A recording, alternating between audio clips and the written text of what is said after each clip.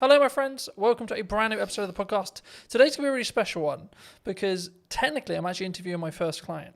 Now, that sounds a bit weird, nearly 10 years in business now, but it is. So, welcome to me. Welcome back. It's been, Thank you. I think it's actually been, nearly 4.5 years since we've actually seen each other? The last time I remember, I think we were shooting something on top of a car park in Salisbury. So Yes, we did. and yeah, that's got to be about four and a Yeah, half years ago at least. So yes, it's great to be back and great to see you after all these years as well. I know. Yeah, Super good. I mean, you were actually under a different brand then. that's right. We were our legal entity remains the same, but we have rebranded to Anand, which incidentally is our family surname as well. And that came about through some hard lessons, I think, in business. One of the ones being most probably that you never really stop learning, I think, and when you get to a point where you think you've kind of worked everything out, there's like this curveball thrown at you. So that was sort of what happened with us as a company. There were some legal obligations that we had to meet, and the old brand no longer resonated or could technically be used moving forward. So I think it all came about because we entered retail as a business. Predominantly, we are wholesale and hospitality. But entering the retail market was a huge step for us, and sort of at a national airport as well. So when that came about, I mean, it was a huge shock to the system because we had just launched this huge sort of project. There was two or three in the pipeline, and then all been vetted and all sort of been mustered up with this brand, and then to all of a sudden launch something, and then I think it was about 3 weeks later we had something to say. There were some legal obligations that had to be fulfilled. It was a huge shock to the system. So it was a very difficult time, I think, for the business, because I think being a director, I always say you have huge responsibilities for your staff and your company. And I think I felt at that time that, this was, do or die kind of thing. It was either we really got this going and sort of made the necessary adjustments. And we did. And, Anand was formed off the back of that. So, and it was honestly the most fun thing I've ever done. And it was stressful because, you're running this medium-sized operation. We employ up to 50 people, and all of a sudden you're rebranding, and everyone's question is why.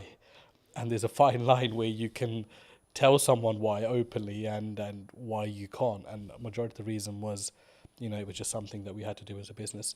So the rebrand came as a shock, but honestly, it really taught us a lot of valuable lessons from in there, because I think off the back of the name, we actually found a voice as a company. I felt for a few years that we didn't really know what we were, and I think that's really weird to say for a company that was fairly well established. I mean, you visited before as well, but I felt with Anand, all of a sudden we're back to this blank canvas, right? And we're creating everything in reverse, which is the worst way to do it. Don't get me wrong, but because it had to be done, it kind of forced our hand to look at aspects of business that we never had before. All of a sudden, we're engaging marketing companies, we're engaging branding companies, we're engaging companies that help you find your voice. I didn't know those things even existed. And all of that came off the back of my mentor saying to me, look, this is one of those times as a businessman where you either go big or you go home, right? And for me, it was like, we got to go big here. Like, we're engaging companies that help you find your voice. I didn't know those things even existed. And all of that came off the back of my mentor saying to me, look, this is one of those times as a businessman where you either go big or you go home, right?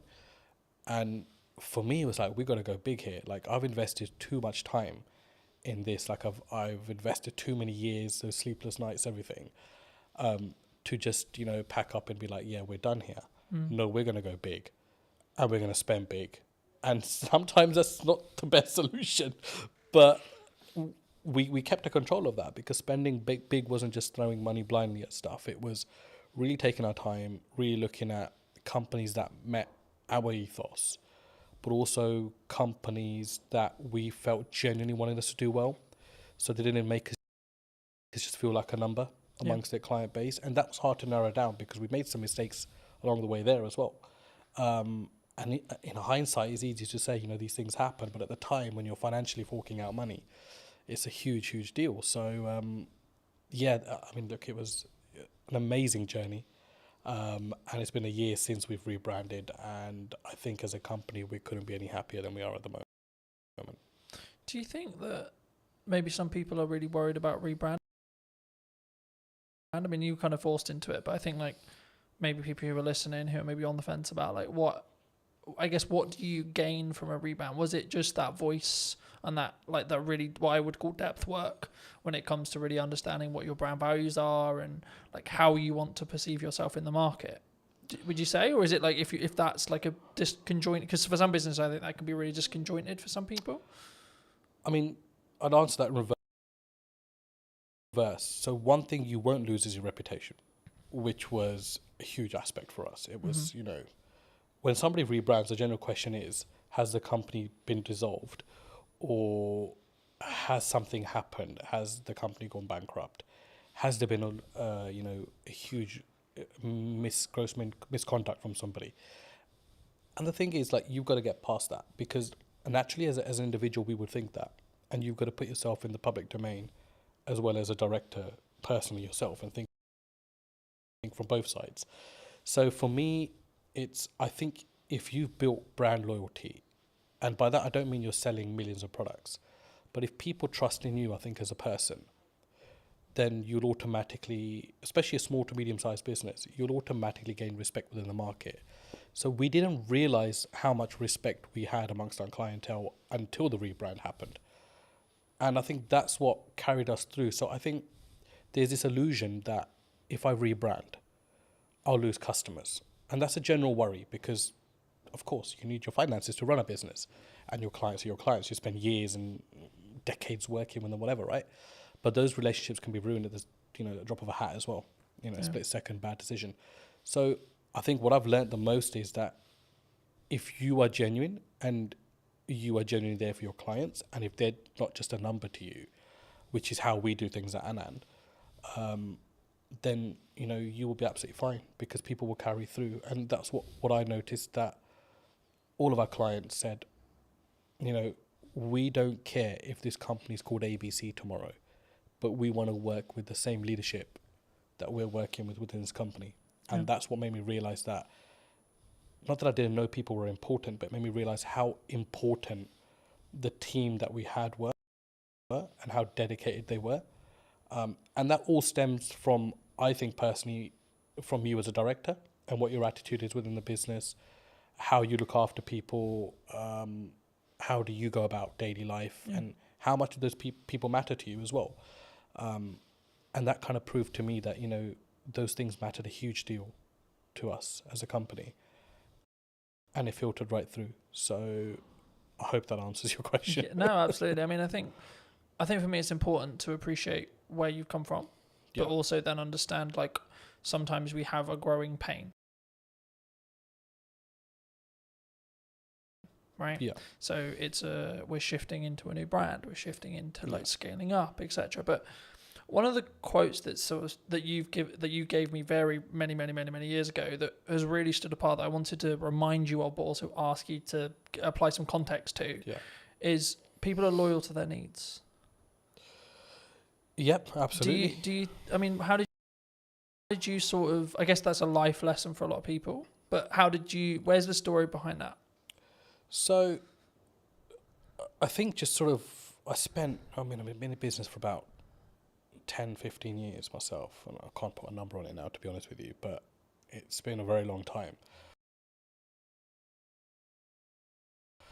And one of the things that you realize very early on is that it's very much a dog-eat-dog world. Like, as much as, you think you might be out there to set the agenda straight or to start this new, loving relationship with every single person, it never works out that way. And we realized very quickly that as a business, after surviving the first 5 years, like a lot of people are just loyal to their needs. Like when those needs are met, they will either move on, or they'll no longer engage with you. And I mean, that's absolutely fine. You know, it's a natural thing to happen as well. But to put it into context, I mean, if I look at how we operate with our clients at the moment, I don't think there's a single client that can say that, you know, if their volumes drop with us, that we change our attitude towards them. Mm-hmm. Whether it's the smallest client on our sort of, you know, accounting system, or it's a big renowned sort of company, it makes no difference to us. We work personally with every single client and every single person that we work with. And that might mean along the way you have to accept that once their needs are fulfilled, that they no longer will engage with you. But to put into sort of context, that quote at the time came from, you know, it was one of the things that we've always steered away from as a company. Don't be those kind of companies, or that company that is all over a client when it's hot. Yeah. And when it's not, they don't want to know, or they don't want to help them out with anything. And there are some clients that we work with that, you know, we did millions of pounds of business with before. And all of a sudden, you know, they have engaged another company. But there are times where they still engage us when there's an emergency, and we would never turn them down, because you've got to remember that whether they've moved on as a client to another supplier, they were also once your client and made up the DNA of your business to be what it is today. So yeah, I mean, it's something you have to get comfortable with, I think, in business, and have grow some thick skin around that, because people are loyal to their own needs, and it's just the way of the world. For me, it's something that sort of, at the time, I think when you initially told me, I didn't really get it. Yeah. Right? And now I can say, like 6 years, 7 years down the road, I get 6 years, 7 years down the road, I get it. You know? And I think for me, it's one of those things where it may not even be deliberate from that person, that client, that customer.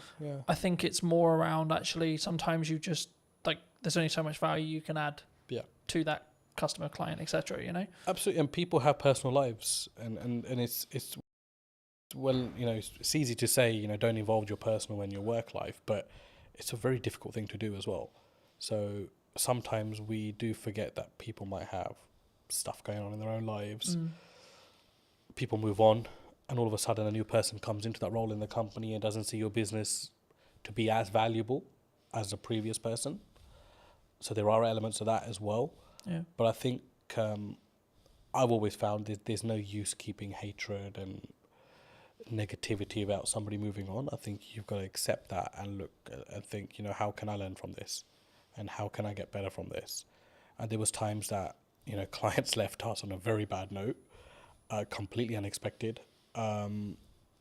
Some that didn't even pay, you know, the thousands of pounds they racked up in accounts, not to mention any names. And, you know, that didn't mean that we were not going to look at what we could have done better as a company. So I think it always starts with what's going on at home before you look anywhere else. Yeah.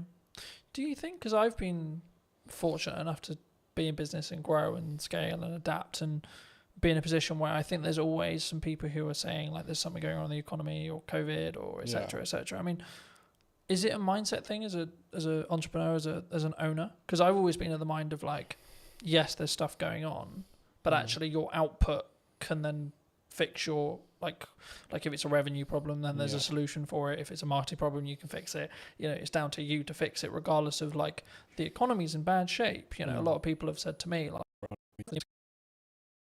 be in a position where I think there's always some people who are saying, like, there's something going on in the economy or COVID or et cetera, et cetera. I mean, is it a mindset thing as a entrepreneur, as an owner? Because I've always been of the mind of, like, yes, there's stuff going on, but actually your output can then fix your, like if it's a revenue problem, then there's a solution for it. If it's a marketing problem, you can fix it. You know, it's down to you to fix it, regardless of, like, the economy's in bad shape. You know, a lot of people have said to me, like, the creative space is challenging right now, you know, in comparison to maybe when, like, COVID was really good, for example, where there was loads of money floating around. But it's like, actually, I think for me, you've got to focus on what you're doing.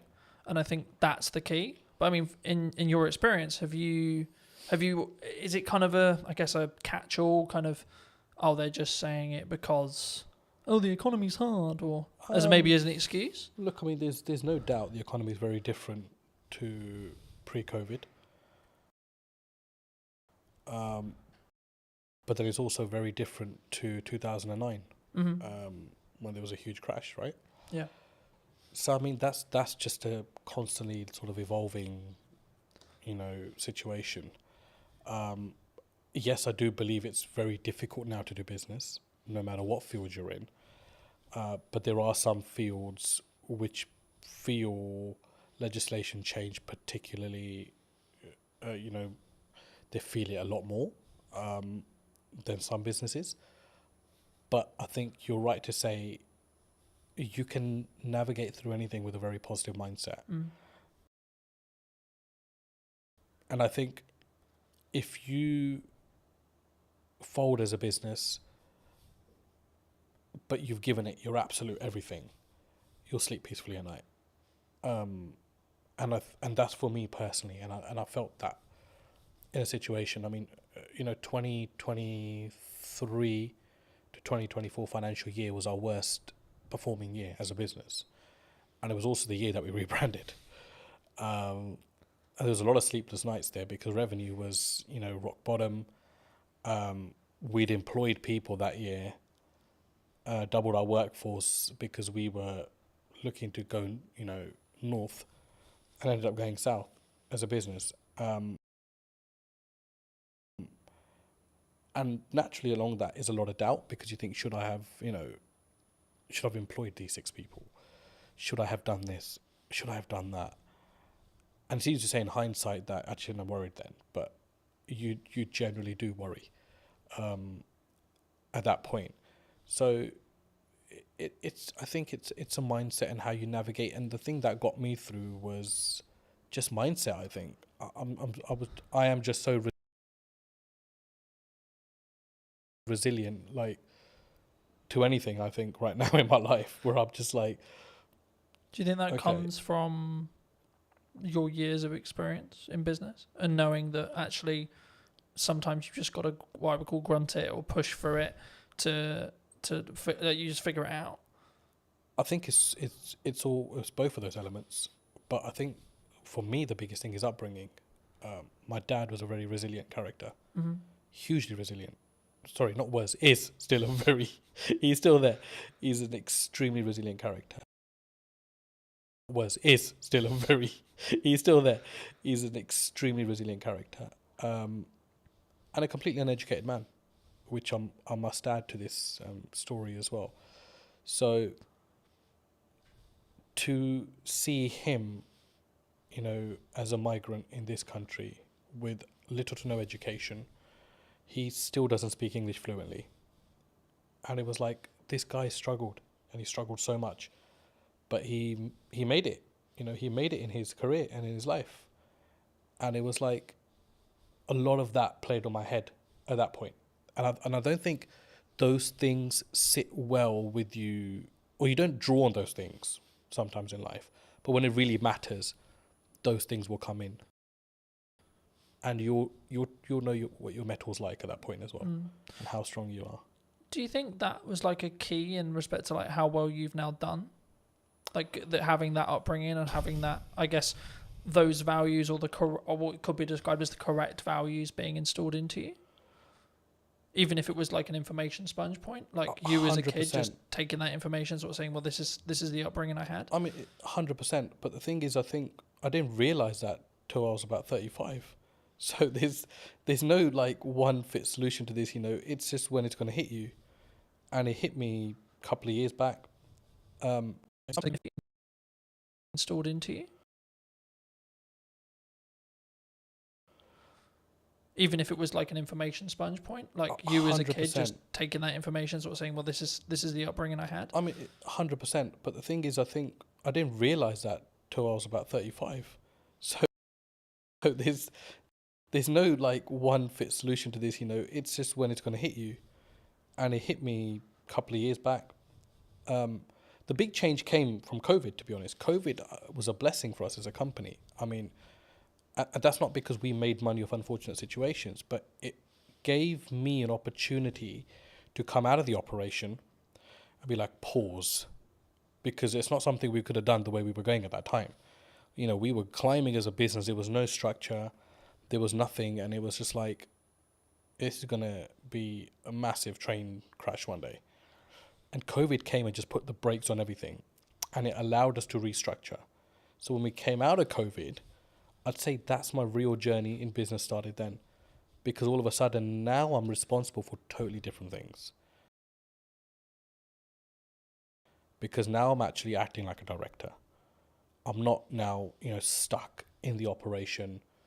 And there were so many things that were falling off the side. So it was about coming in, containing that, and then restructuring the business through that. And then certainly, obviously, the rebrand came behind it.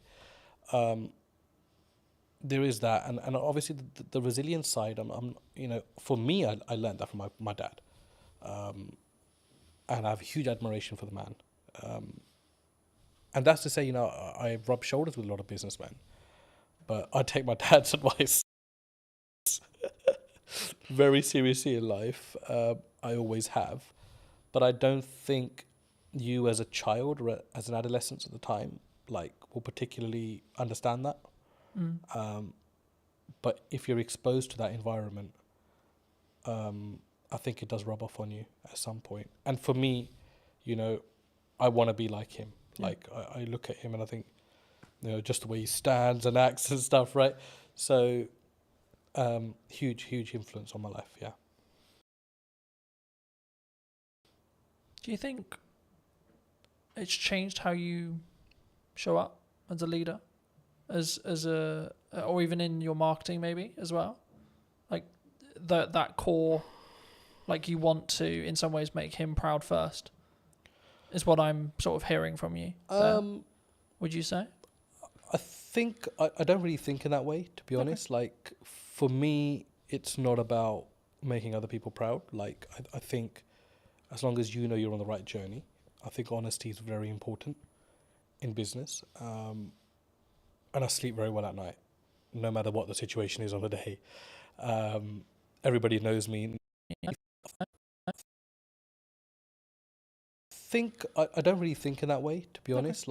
For me, it's not about making other people proud. I think as long as you're on the right journey, I think honesty is very important in business. And I sleep very well at night, no matter what the situation is on the day. Everybody knows me, knows that once this guy is out, he's out for the night. So, and I think a lot of that comes from your ethos and there are many shortcuts you can take, or there is the difficult untraveled routes that you can follow as well, or create yourself along the way. And I think I'm more sort of on that journey of testing my limits and also just not stressing out, along the way, and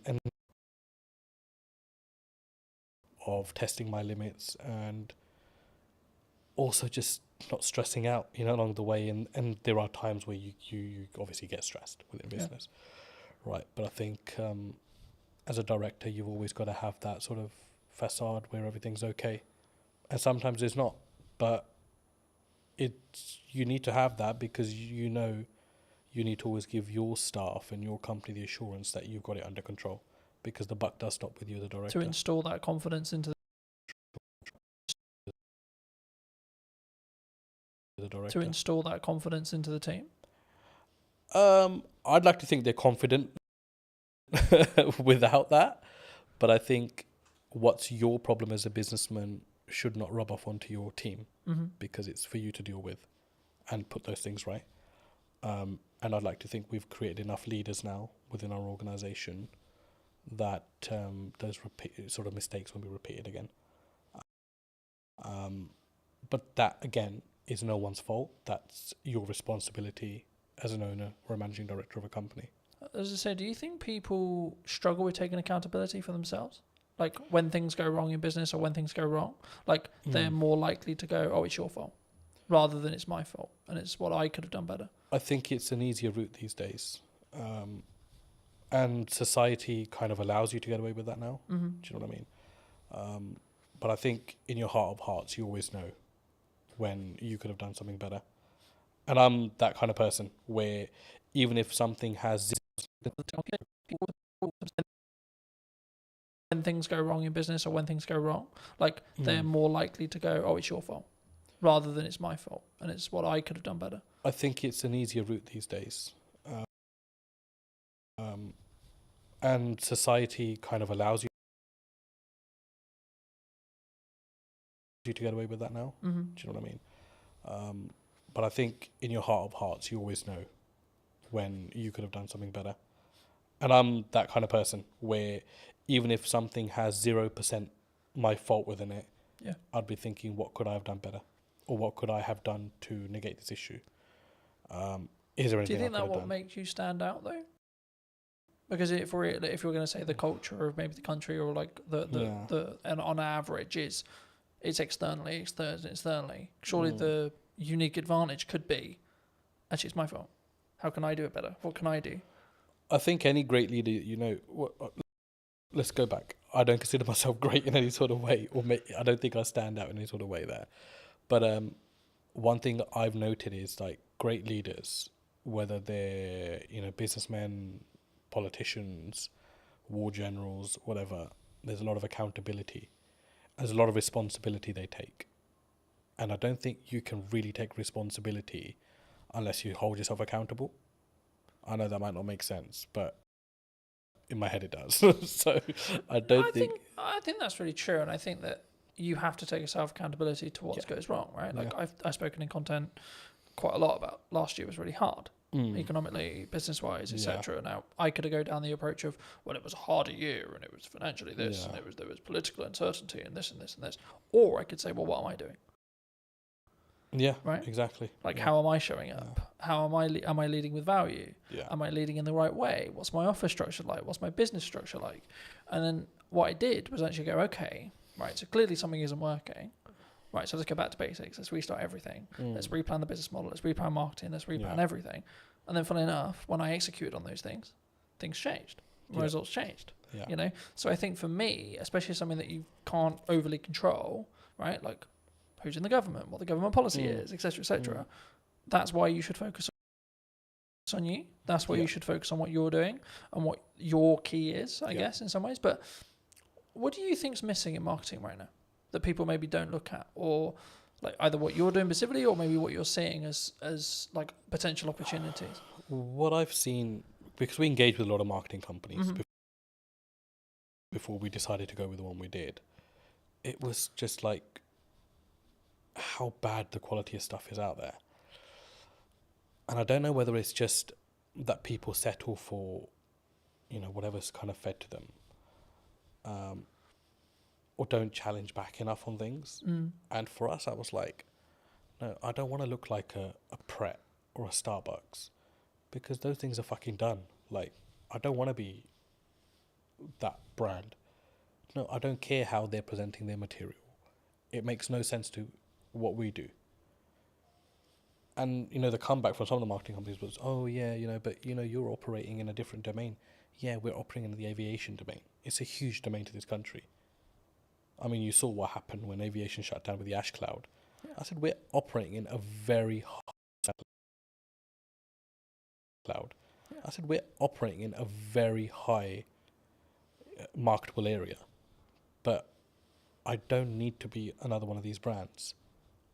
So there's this whole, I think in marketing, they've kind of got these slots in their head. Where, oh, okay, you're in hospitality, so let's just follow the footprint of this company. You're in travel, let's follow the footprint of this. No, it needs to be personal to you as a company. And I think no matter what size you are, I think you've got to have that arrogance and you've got to have that strength to be like, no, this is shit. I'm sorry. Yes, you might be saying to me this is going to cost me £5,000 a month, but I do not value this at £5,000 a month. Like this content is shit. And it was until we took that stance we were able to filter out the companies that we actually wanted to work with. And it ended up actually being a company that had absolutely minimal experience in marketing, had a very strong presence in videography. They did some of our content. We sat down and said, we'd love the opportunity to market for you.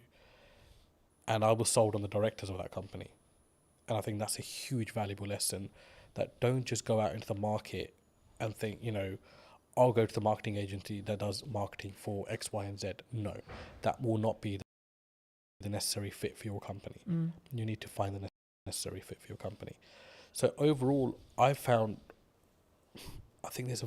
it's a huge gap in the market there.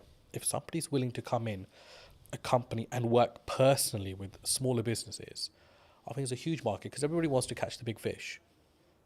And big fish will potentially have the budgets just to pay and be like, yeah, the campaign didn't really work out.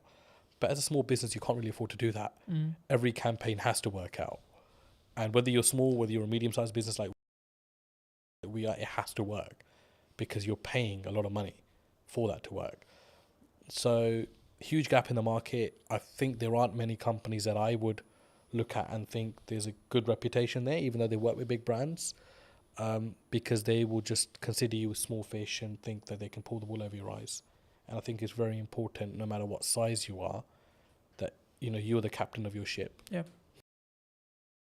No matter how small it is, how big it is, you've got to lead by example there. And if you have to have the loudest voice, then you've got to have that as well.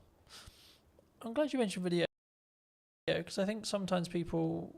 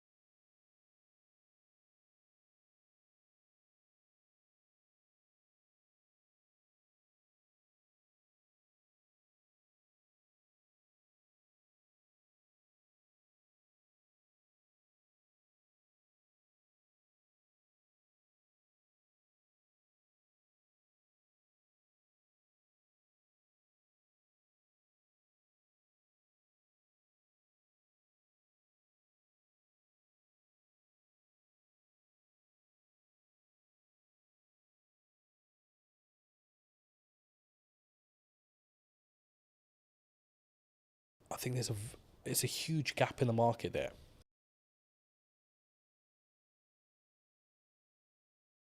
If somebody's willing to come in a company and work personally with smaller businesses, I think it's a huge market, because everybody wants to catch the big fish.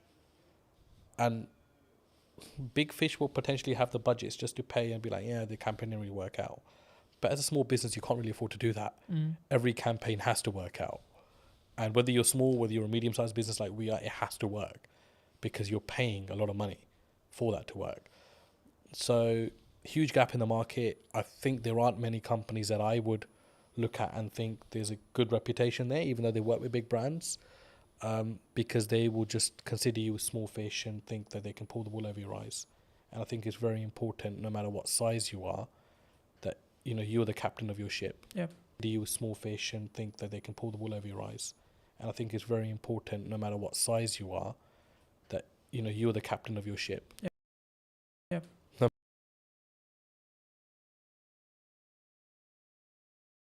Over your eyes. And I think it's very important, no matter what size you are, that you're the captain of your ship. Yeah. No matter how small it is, how big it is, you've got to lead by example there. And if you have to have the loudest voice, then you've got to have that as well. I'm glad you mentioned video, because I think sometimes people, they're overwhelmed by it, they're concerned by it. Yeah. They're like, well, I mean, why do you use it? right, was the key, the question there. But like, I think there's so much that there's like, from my experience, there's psychology around like, oh my God, I sound like a dick on camera, or like, I don't like the sound of my voice, or this is how I look. But there's also then like the tactics or like the tech side, right? Now, obviously, if you're bringing in a videographer, you don't need to worry too much about the tech side. But I still think you should, at some principle, you should understand it. I mean, why did you, because you mentioned that you leaned into it. I mean, why did you lean into it? I was obviously introduced to yourself into videography.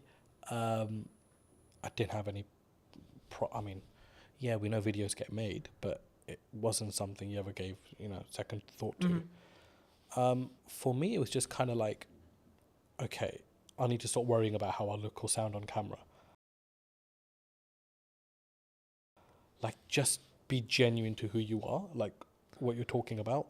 If it produces great content, it does. If it doesn't, whatever. It's not the end of the world. And obviously, it was a changing landscape at the time as well. I think all of a sudden, Instagram changed its algorithms, like videos and reels, and all these new terms are coming out. And I'm like, what the hell's actually going on? And so, yeah, it was just something that came about. And for us, because we're hospitality and retail catering, imagery and videography is a huge aspect of what we do. As part of marketing as well. Of course, you can't just keep marketing with, let me take a picture of this and just keep sticking on social media. It doesn't really work that way. So for us, it was like, okay, we need to open our horizons here and actually look at things that work and just keep yourself open-minded in the process. I think it's something that people should always try and then like see what the data then tells you, right? In whatever the campaign is, whether you're doing short form, long form, etc., etc. But I think it would be important when talking about data to think about like AI, right? We're seeing an AI boom. Do you see it as like we're all maybe in trouble, or like some people, like you're very obviously service based in respect to what you do, so it might not be as relevant, but is there elements of AI in your business? Do you utilize it? Or have you gone the other way and said, actually, no, we're going to lean into the fact that we are doing it ourselves and we're not maybe using it as a utilizational tool? Because I see it as a tool that can be sharpened rather than it replacing you. I mean, there were people in our team that were huge believers in AI. And there are elements of it that we use, no doubt. But I feel with what we do, if we invest too much into or rely too much on AI, I think it will stop your mind from working. And I think it's very important that you're engaged consistently. From just a cognitive ability. Cognitive ability. And I think you don't want to get into a situation where, you're relying on technology to tell you what to do. Because then all of a sudden you're not problem solving yourself. Or use it where you can, don't get me wrong, if you're stuck or whatever. But I just think that there are certain aspects of business, old school values that no matter, they've tested all elements of time and survived. So technology important, AI important, but I don't think it's do all and end all. No, I think that's a really important reflection. I think it can be, and I'm using the analogy of you sharpen the knife and then use it, right? Because I think it's a tool and we need to be careful with how we use the said tool. But like for me, I'm also building habits around like doing more physical reading, right? Because I'm aware that if I use AI, my cognitive ability may become less. So I'm like, how can I actually increase my cognitive ability with effort and energy, right? And I think for me, that's the difference. And that's why I think like you can still be sharper. But were you always maybe looking at like, because I think when we look at maybe the arbitrage or maybe we're looking at for an advantage as a whole, were you always someone who maybe looked at technology and saw the opportunities it could give? Because I think sometimes people, they sort of put their defense mechanism up and go, no. We're not going to use it. We're not going to do that because it's scary and new.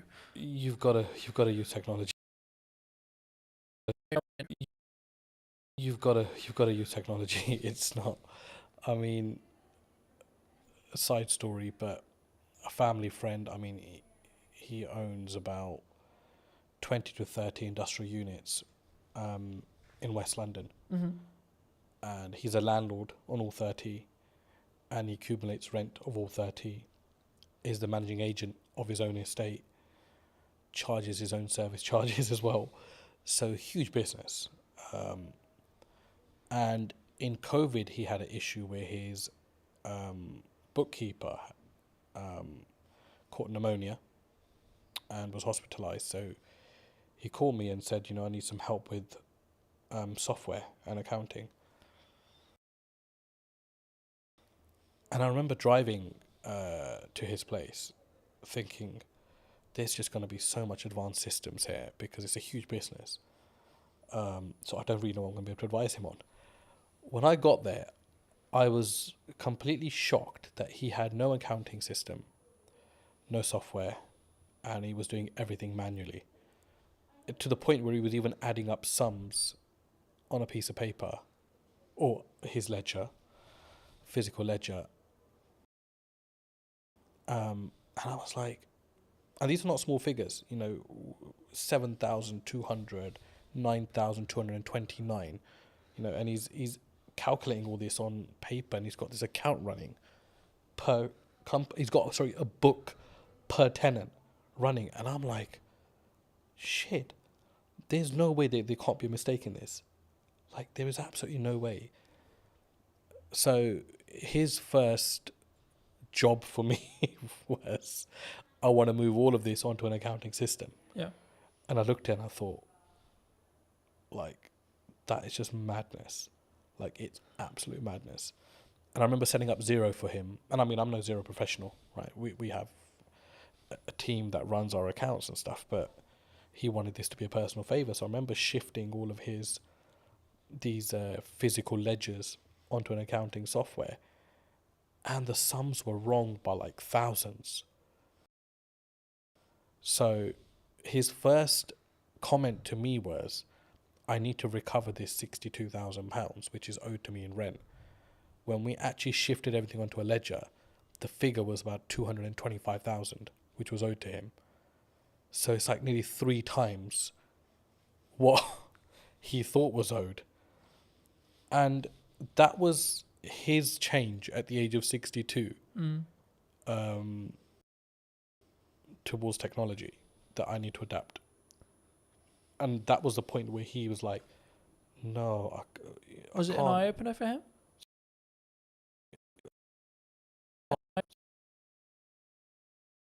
Sorry? Was it an eye-opener? I think it opened. Like, how did he react? I think it opened everything that he had within him, because he was just like, I don't even know how many years I've been losing money for, which is the main thing.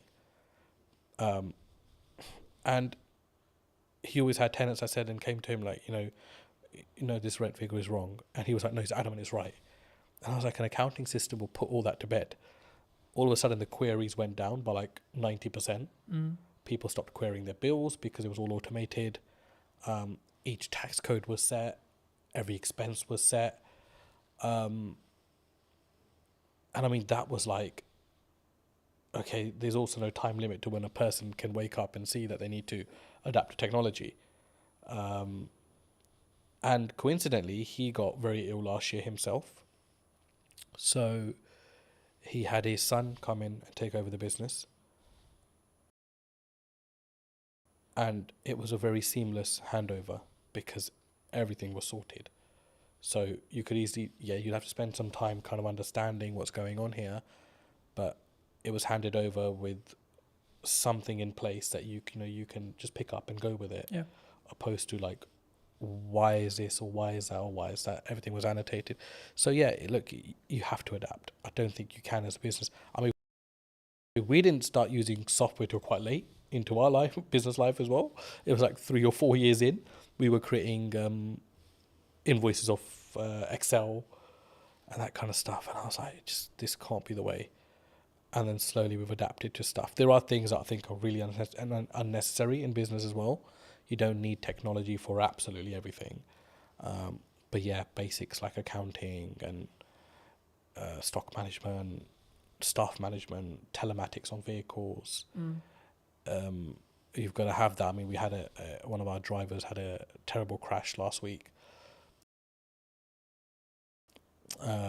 month, and the police wanted to know, what speeds were both vehicles travelling at and we were able to prove that because we had the telematics, and the third party wasn't able to do that, which, favoured us as a business because we were able to prove that we were within, or our driver was within the speed limit. Yeah.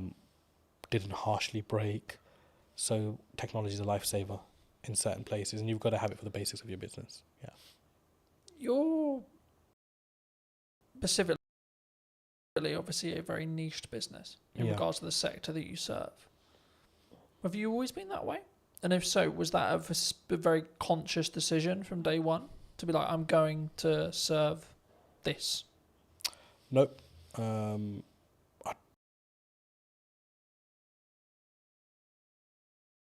Aviation just came about, to be honest.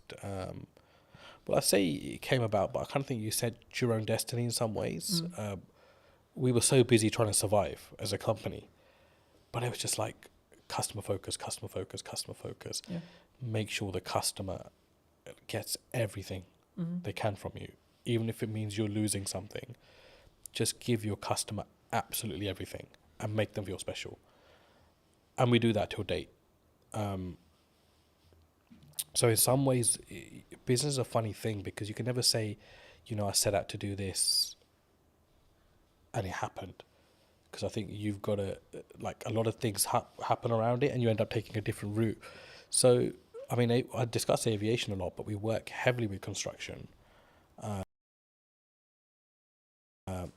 We work heavily with tech companies as well. And we have a huge footfall in the city as well. And none of those things were ever targeted. I don't think we actually knew what we wanted to do when we started business. We just knew we wanted to serve food and, have a business as such, right? So it was like, okay, how do we do that now? And I think along the way, your business will adapt. Things will come up. You'll see value. For us, it was about understanding our niche. And I don't think we understood our niche until post-COVID, which is scary because that was 10 years into the business. 10 years, 7, 8, sorry, maybe 8 years into the business. But it was what is our niche? Our niche is not aviation. Yeah. Because there's a hell of a lot of companies that operate within that. Our niche is short lead times. You get hold of anybody at any time of the day or night. We will solve your problems. And if we don't, we will make sure we've done everything possible to try to solve that problem for you as a client. Now, there are some clients that have my number specifically, and they will only call me in situations because although I'm the director of the company and we have an amazing workforce, I've built that relationship with them personally when I was building the company out. And I can understand why they only want to come through to me. I totally get that. But my attitude towards them doesn't change irrespective of my position in the company. And we distill that through our staff, completely distill it through our staff, that nobody's bigger than the company. We help a client in any given situation that we can. If we are closed for the day and something comes up for somebody, we will do everything we can to make sure that we solve that problem for them. And we've become that. I think that's been our niche. Our niche is we are problem solvers. And that's helped us also recruit the right people. And people don't come to this company thinking, I'll just spend 9 to 5 behind a desk and I'm done. They're problem solvers. And we make sure they become problem solvers. And our retention rate's amazing. We've had one staff member leave in the last 2 years, which is incredible. It's absolutely incredible. There are obviously niggles. There are obviously things that, staff feels management can do better or management feels ownership can do better. But I think that's a healthy relationship and it's good to have that open dialogue. But it's so important to treat your staff well. And that doesn't mean just money or pay. I think just an attitude, sometimes just asking people how they are,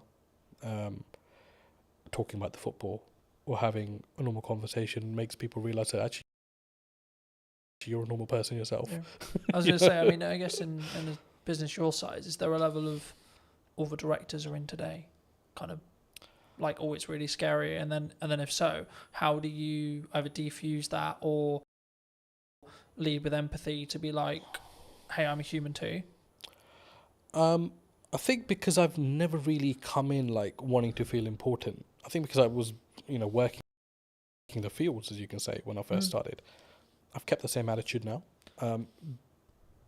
If someone's a new starter or hasn't been around or hasn't got to know me because of the size of the business now, so they don't probably interact with me as much, they're put to ease by the older staff because they're like, this guy is actually really calm and really chill. Like, he'll come in and be like, let's order some pizza. Or did anybody watch the football or the cricket or whatever? I mean, it's like we have our company WhatsApp groups, and I was at the cricket, India-England, the other day, and I'm sending in the group chat, a photo of myself at cricket. But that helps people just feel like, I'm not intentionally doing that. I'm just doing that because I've always done these kind of things. And there are staff that say, they don't feel like sometimes that I'm the owner of this company just by how I act, how I am. I'm very relaxed. Mistakes are fine. I think we've always said that, look, it's fine to make a mistake, but don't let it become a repetitive mistake and we're not learning from. So it's that yin and yang. I think you've got to find the balance. For me, it's very hard to be serious with people, especially my day-to-day staff, because I think their life is serious enough without me having to add to it. Our work is serious enough without me having to add to it. So I try to, just be chill around them. If there's problems, I'll take that up with my higher management, and we will deal with it away from our team. But I think it's very important to have that balance as well.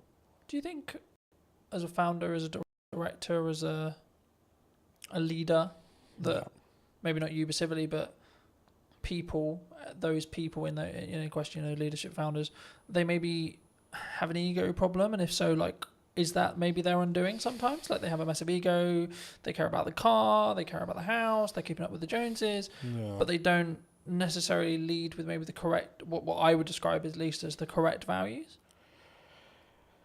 Yeah. Do you think that has a strong impact as from a leader, from a founder, from a kind of how you show up for your staff, your employees, your higher management, etc.? I think so. I mean, the people with, if you've got the nice car, the big house, you've made it in some elements in life, and that's amazing for you as a person. I'm really happy for people that are able to do that. But do you think it comes from an insecurity sometimes? From insecurity, did you like say? they're doing it. Like, I've got the car because I've got it. Insecurity, did you say?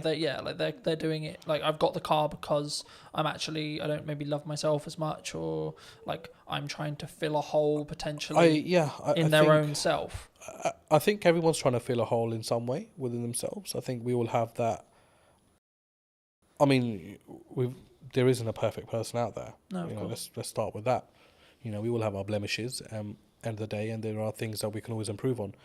But I've been in business long enough to see both aspects. I've seen people that feel like they need to show their hard work or remind people how hard they've worked by showing possessions. Yeah.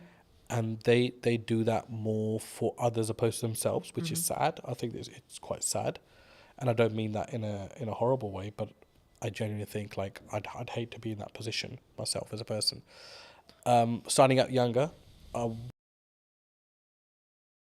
was obviously the general perception around business. One day I'll have a really nice car, and I'll wear those clothes, and I'll wear, I'll buy this and I'll buy that. But I think once you're fully invested in your business, all those things would just not matter anymore. Like, for me, it doesn't matter right now that I'm wearing discounted Next Aspadrilles. Or I'm wearing a certain branded top. It matters nothing to me whatsoever. Because I think more about the quality of the person then? I think... Or the quality of the founder, the quality of the leader? It's like, what's your higher purpose? Like, you've got to think, that's what you've got to think of. And I think if your purpose goes beyond materials, you've got a bigger purpose in life. You're not thinking... I mean, I get absolutely no joy. I mean, I love my car. Don't get me wrong, I love sitting in my car. But if I get a phone call, the problems are still as bad as they would be on a bus or on a train. Yeah. So all of a sudden, that materialistic thing matters in no way. Yeah. Right? So for me, I think it's like, you've got to be like, okay, why am I in this? But what am I about as well as a person? And people lose one of those two aspects somewhere along in the business. They either forget why they're doing what they're doing, or they'll forget who they are.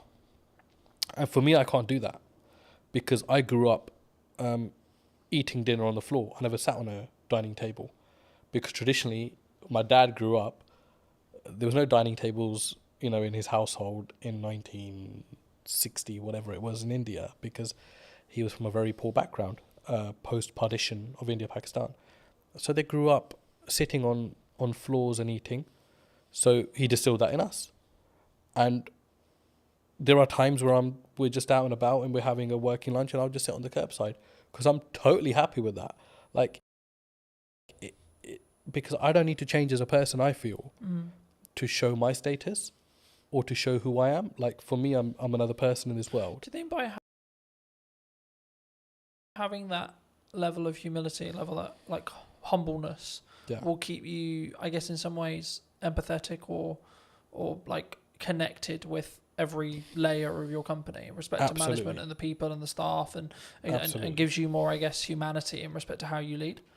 Absolutely, because you'll be a human before you're anything else. A human that actually feels other people's pain and their situations, opposed to just your own consistently. Yeah. But it's very important for your personal life as well, because I've got 2 young kids. I was at sports day yesterday with them, and my he's just four now, and he's starting school in September. So yesterday was his sports day and today's his last day at school. And the parents were all sitting together and we're talking about schools, and we talked about, where he's going to be schooling and where they're going to be schooling. And it was just like an amazing conversation, because no one's judging anyone, because everyone's on the same footing at this moment in time. Yeah. But you start to get a feel as life goes on, as you grow older, that it becomes, who's going to the independent school? Who's going to the state school? Oh no, they must have so much money because his or her son's going to the independent, or his or her daughter's going to the independent school. But it matters nothing if you as a person still have humility, I think. And it doesn't matter whether you're sending your kids to a certain aspect or spending X amount on yourself. It's how you are as a person, how you treat people. I think it's hugely important, and even more so when you know that the person you are treating well can't give you as much value back as you can give them. I think that's a huge aspect of you as a character.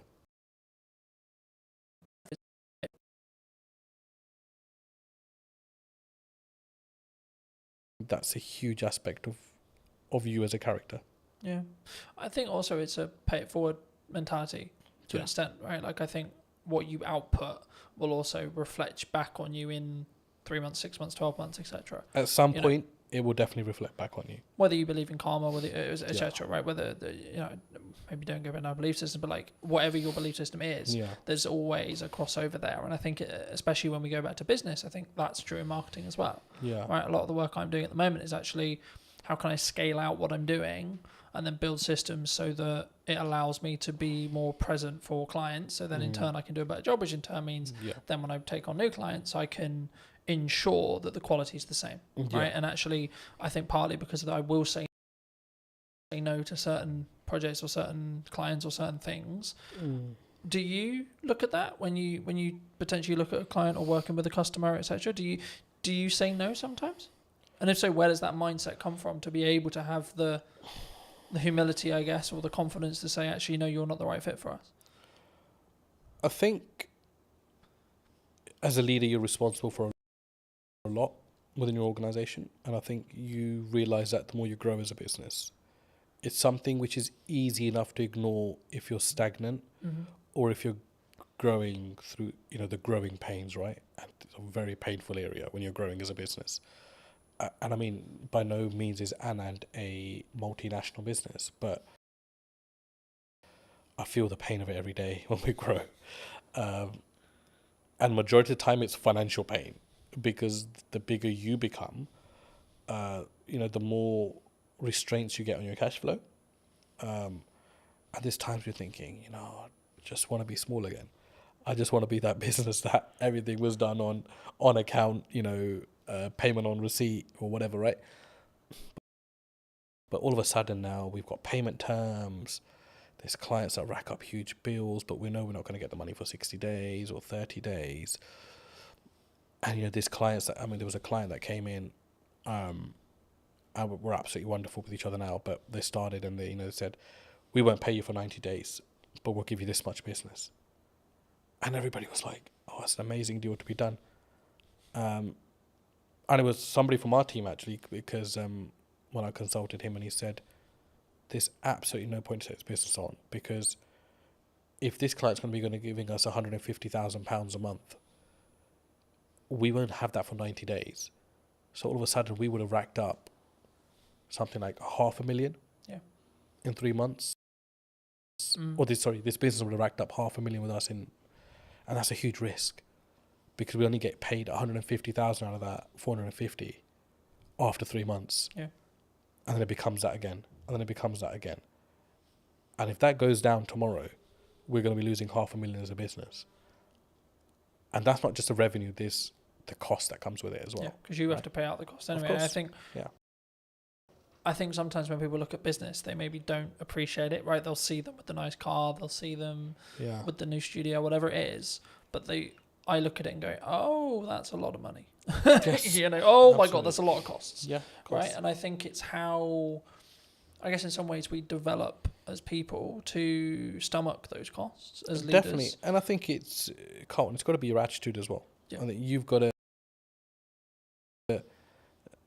I do not think that there is a company in the world, I do not think there's a single company in the world that should ever come to you and try to take advantage of the size of your business. Yeah. Or play on the vulnerabilities. But unfortunately they do, because that's the way the world works. And that's where I think you've got to show your mettle. Like, how much do you value yourself as a business? How much do you value your services as a business? But be able to back that up with quality as well, which is a fine line, right? And that doesn't necessarily mean you've got to have the best product in the market, but absolutely deliver on everything that you say you're going to deliver on. If it costs you to deliver on it, you deliver on it irrespective. You don't just shortcut and then leave yourself exposed in the market for having a bad reputation. But I think it's self-belief. But I know that doesn't come when there's no income or little income, because only self-doubt's there at that point. But my last 2 years in particular in business have taught me, gotta value yourself. Yeah. And that doesn't mean you go and shit on people's parade, or you go and mistreat clients, or if somebody comes in trying to bargain with you, that you mistreat them. You've got to hold your firm in a polite way, but you've got to know what your business is about, and you've got to know where you're strong and where you're weak, and you've got to be able to make the right decisions. And sometimes the first decision is not always the best decision. Yeah. But leave the ball open where you're still able to have dialogue with clients. There's times where we made, mistakes. We've misjudged, and we wouldn't be human if we didn't. But it's, how do you react to that? How do you go back and manage that? How do you have the humility to say, we got this wrong, but still be able to have that relationship with your client? I think as well, and I had a very fortunate conversation a couple of weeks ago about this, and it was like, we just worked with a brand new client, and one of the things they said to me about why they chose us or me, however you want to perceive it, is that because I was the most expensive out of the ones they were talking about, and for like maybe a newcomer or etc., that sounds weird, right? Because it's like, why would you win the work but you're the most expensive? And I think from what they told me, it sounded like it was like, well, I've got the gonads, I've got the balls, of whatever you want to call it, I've got the confidence to say, no, this is how much this is what I'm going to commit to price wise, but then also I'm going to follow it up with the value that I'm going to lead with as well. Huge. Do you think sometimes people get really challenged on price? Always. You're always going to be challenged on price. And then how do you deal with that? I guess with the conversation, like, is there certain scenarios where you're like, no, we're going to maybe negotiate by this much, but our final price is non-negotiable here. We're going to maybe negotiate by this much, but our final price is non-negotiable here? I think there's two ways to do it. I mean, I've been on the opposite end of that spectrum where I've been on the opposite end of that spectrum where I've bargained just for the sake of taking on the business, and I've negotiated myself into positions that are like the least favourable in the end. But it's easier said than done as well.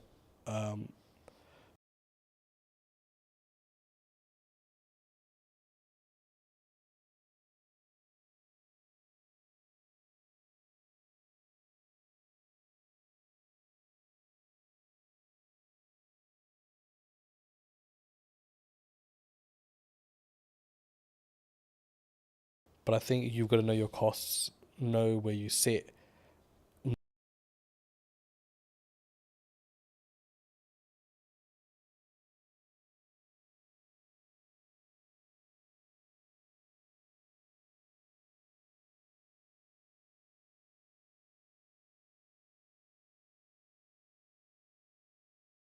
Know what you're trying to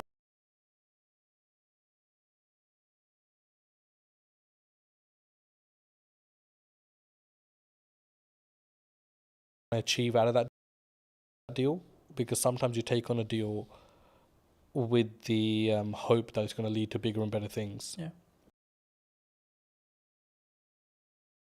Which is fine if you know your market. And that doesn't necessarily mean that it's going to happen in that way, but it's a calculated risk. Do you think sometimes you have to take something that's maybe not ideal client if it? You have to take something that's maybe not ideal client if it is just I need to make this money. Or would you still say no?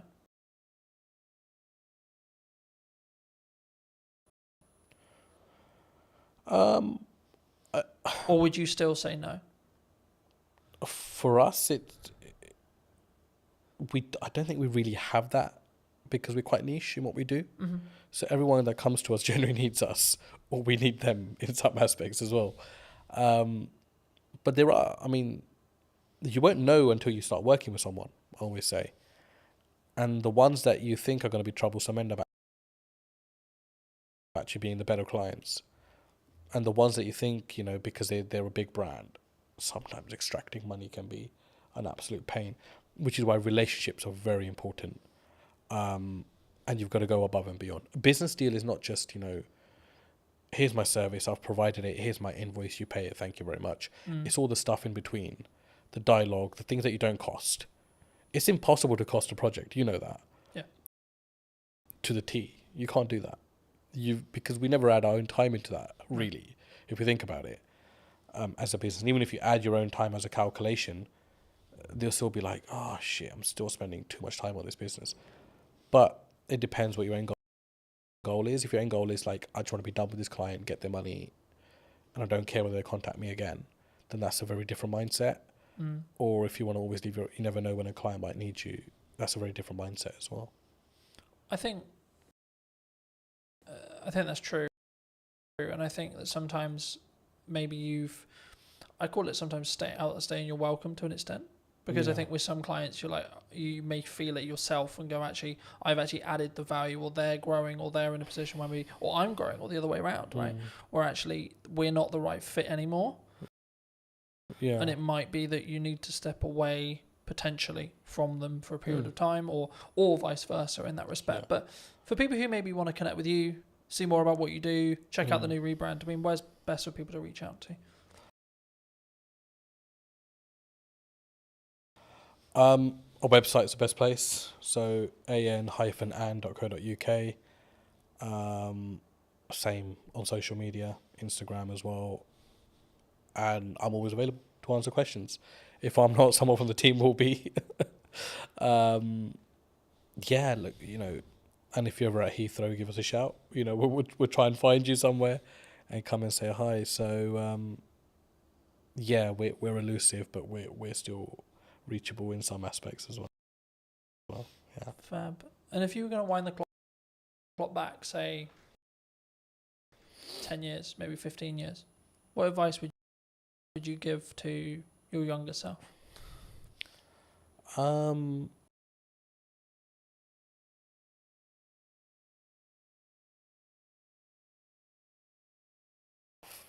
like just work on yourself.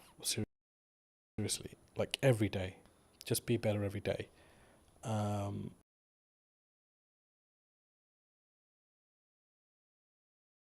worry about the end goal. Just look at yourself and like process, everyday process, and just don't give a shit about what other people think. Like it matters zilch at the end of the day, because all this, just consider it white noise. And there was times that I got sidetracked a lot because I was worried about how people saw me. And that was, I was a lot younger, no doubt. But it matters zero. It literally does. I mean, I did work experience at Cineworld cleaning bins. That was my first ever job. I swept floors. I've cleaned toilets in COVID as well. And I'm talking about builders' toilets here. I'm not talking like office toilets here, right? I've delivered. I've done delivery jobs. I've never worked at a doctor's. I never worked as a lawyer. I've never worked as an accountant. The jobs that people see as, you know, you need experience in these things. But I had the strongest willpower out of the people that I went to school with. And when I look at where they are now compared to where I am, like, I have to pinch myself sometimes, because I'm like, but this person was like, you know, straight A stars and did this and did that as work experience, did this as a job and traveled abroad and all. Like, that's all white noise. That's all white noise. White noise. That's all white noise. Because there are people that go and travel abroad and live abroad and have fantastic careers, and within 5 years they're back in the country.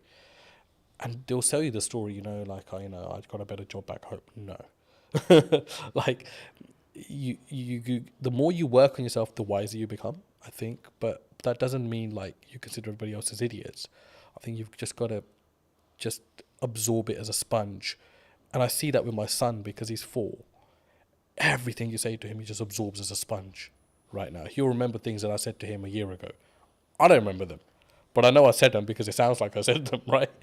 But I don't think that ever changes, if you know what I mean. Like, I think you'll be a sponge your whole life if you are open to it. It's just feelings that get in the way. As you grow older, you don't want to be made to feel a certain way, or you don't want to be open to people's advice. And not everything that people advise you on is going to benefit you, but have the humility to be open. And not everything that people advise you on is going to benefit you, but have the humility to be open to it. I think that's such a huge aspect, and I wish I had done that sooner. And I have no complaints about where I am now. But if I was to give my younger self advice, I would do that. Like, have the confidence, but that will come from knowledge as well.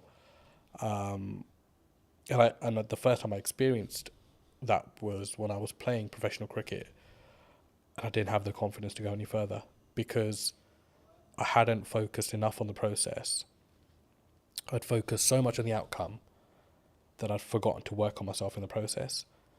And it was like, okay, the technical ability is amazing. The physical aspect, not anymore, but back then, fit as a fiddle. But what was lacking was a mindset, because I hadn't trained my mind enough to believe in my own ability. And I think that was the first lesson in life. And automatically, because that was the norm for me, I applied the same formula when I first started business. I just didn't have the ability to believe in anything. But when you are shunted sideways, this way, that way, eventually, you know, you shake out of this, right? And I was thankful for all the lessons that I've learned along the way, because I do firmly think they make you what you are. And no doubt in 10 years' time, if we do this podcast again, I'd be giving my 37-year-old a total different set of advice. So yeah, I think, look, just process every day, work on it. There's no time frame. No time frame. Don't think, oh, it's been 6 years or 7 years and I haven't moved forward. Okay, but next year could be completely different. 2022 was huge for us as a business, and 2023 was a complete opposite. So there's no knowing what's going to happen out there. If anyone claims they know exactly what's going to be happening out there, they're talking a load of shit. Nobody knows what's going to happen out there, but work on your process. And I mean, look at great athletes. Virat Kohli, who recently retired from Test cricket, huge fan of him. Not for his ability, just his mindset. And I mean, I look at him and I think, he was one out of a billion. Like, India is fanatic about cricket, and the level of standard out there is huge. Like, there are people that could be in other international teams, but they won't get into the Indian team because they're born in India, right? And I look at his mindset, and one of the things he said was when his dad passed, it made him realize how lucky he was to be in the fortunate position he was. And that just made him change everything. His diet, his dedication to the sport, he became a great as a result of that. But he worked on the process every day. He didn't set out to be great. He just said, I want to be the best version of myself, like every single day. And he worked on every single aspect of his personal life, his professional life, in order to do that. And that's where I am now. I think I'm like, okay, I need to get fit again. I need to be a better dad every day. I need to be better at dealing with people every day. I need to be a better son every day, a better brother every day, whatever it is. But I need to be better every single day. And yeah, there'll be times where you go backwards, but get up and move forward the next day as well.